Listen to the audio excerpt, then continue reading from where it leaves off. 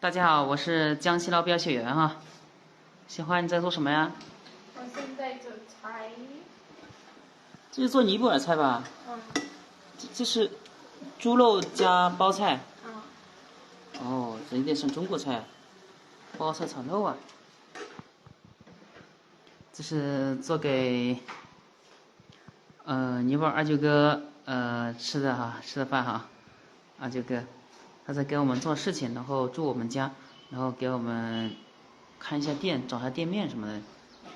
小花，你昨天买的这个冰箱给大家看一下。哎呀，我们来了一位美女啊！今天好突然啊，这美女来了哈，你好，这小花的朋友哈，非常好的朋友。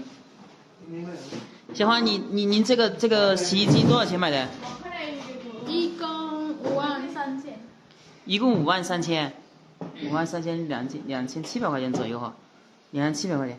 终于买了一个洗衣机啊，因为家人比较拮据啊，这个一直没有买洗衣机。然后小花的话特别想买个洗衣机啊，因为在冬天的时候洗衣服特别的累哈，特别的冷，主要是有点冷哈，所以买了一个洗衣机。这桶装转盘式的哈。啊，小花她吃了饭没有啊？你朋友？没有，那一起吃饭啊现在开饭了啊！小花刚才用手吃饭啊，现在她说在视频上面非要把手洗干净，用勺子吃饭啊！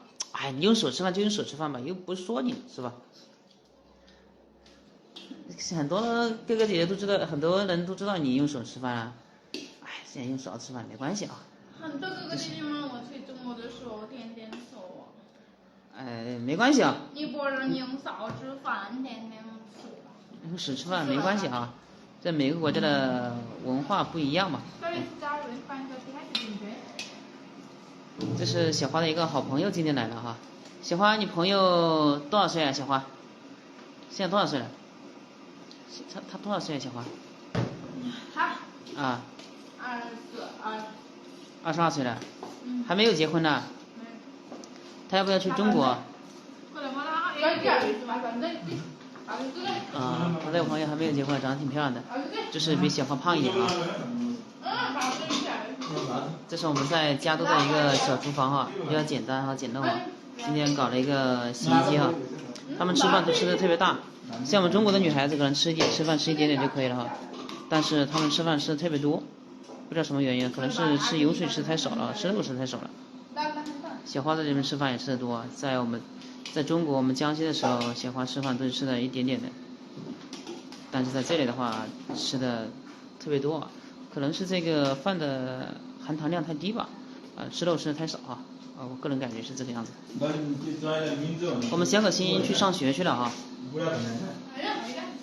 他们做饭的话也是用这个锅哈，做饭要做半个小时，煮半个小时啊，这个跟我们不一样，我们江西是炒菜啊，他们是煮菜这个。